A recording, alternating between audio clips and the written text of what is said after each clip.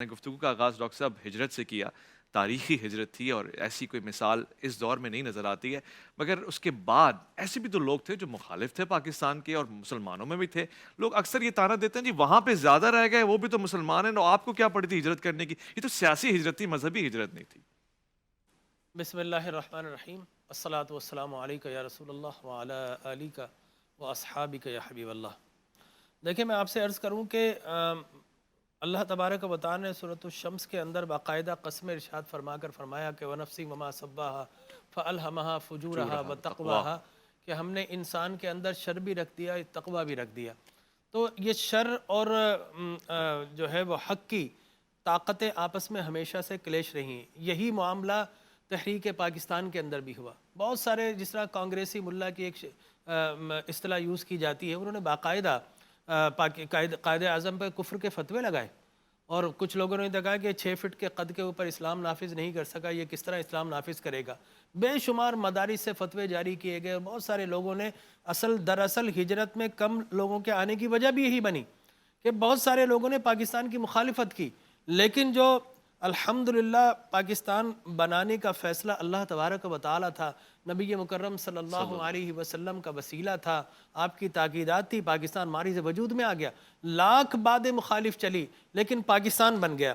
اور میں سمجھتا ہوں کہ دنیا کے اندر 2 ہی ہجرتیں ہیں جو اسلام کی خاطر ہوئی۔ پہلی ہجرت مکہ سے مدینہ، لیکن میں اس ہجرت کو اس لیے بڑا کہوں گا کہ سرور کونین، کائنات کی سب سے اعلیٰ ہستی نے سارے کروڑوں اربوں خربوں انسان ایک طرف چلے جائیں، آقا کریم تنے تنہا بھی چلے جائیں، وہ بڑی ہجرت کہلائے گی۔ لہٰذا وہ ہجرت بڑی تھی، اور ہجرت کہاں ہوئی؟ یثرب میں، اور اس کا نام کیا رکھا گیا؟ مدینہ طیبہ۔ اور دوسری ہجرت، بھائی انڈیا کے اندر ہم صحیح تھے، اللہ کا کرم تھا کہ ہم شیر و شکر تھے، ہندو اور مسلمانوں کے اندر آج جس طرح فساد تھا ماضی میں اتنا نہیں تھا۔ اس زمانے کے اندر یہ تحریکیں جنم لے رہی تھی جو مسلمانوں کے خلاف بن رہی تھی، لیکن اس وقت اتنا فساد نہیں تھا۔ مسلمان کم و بیش 1000 سال تک حکومت کرتے رہے، اور اس کے بعد 250-300 سال انگریز یہاں پر رہا، لہٰذا وہ نفرتیں نہیں تھی، لیکن اس کے باوجود گھر بار چھوڑا گیا۔ کس لیے چھوڑا گیا؟ کہ مسلمانوں کا ایک آزاد ملک ہو جہاں پر اسلامی قوانین کو پریکٹس کیا جا سکے۔ دیکھیں حقوق وہاں بھی مل رہے تھے لیکن اسلامی قوانین وہاں پر نہیں تھے، نظام مصطفیٰ وہاں پر نہیں تھا، اللہ کی حاکمیت کا قانون وہاں پر نہیں تھا، لہٰذا 2 قومی نظریے کی خاطر پاکستان ماریز وجود میں آیا، اور نام کیا رکھا گیا؟ پاکستان۔ اب لوگ کہتے ہیں پاکستان کا مطلب کیا؟ لا الہ الا اللہ۔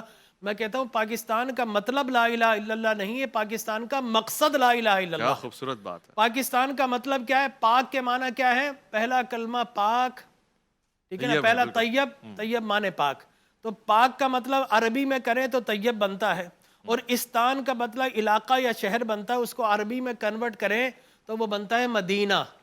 لہذا پاکستان کا مطلب ہے مدینہ طیبہ۔ سبحان اللہ۔ یہ نام مسلمانوں کے رہنماؤں نے اس لیے اس نام کو چوز کیا ہے کہ مدینہ طیبہ کی اردو پاکستان بنتی ہے، لہذا پاکستان کلمہ طیبہ کے نام پر حاصل ہوا۔ لاکھ لوگوں نے کوشش کی، اور میں کہتا ہوں لا الہ الا اللہ محمد رسول اللہ کا مطلب سمجھانے والوں نے کوشش کی کہ پاکستان نہ بنے، لیکن قائد اعظم ان کے رفقا نے سر دھڑ کی بازی لگائی۔ اللہ نے انہیں علم و حکمت اور بصیرت اتنی اعلیٰ عطا فرمائی تھی کہ اللہ کی یہ توثیق تھی اور یہ تائید تھی کہ پاکستان رمضان میں حاصل ہوا، 27 رمضان مبارک کو، اور ہمیں مکہ کب ملا؟ دوبارہ اسی رمضان میں ملا۔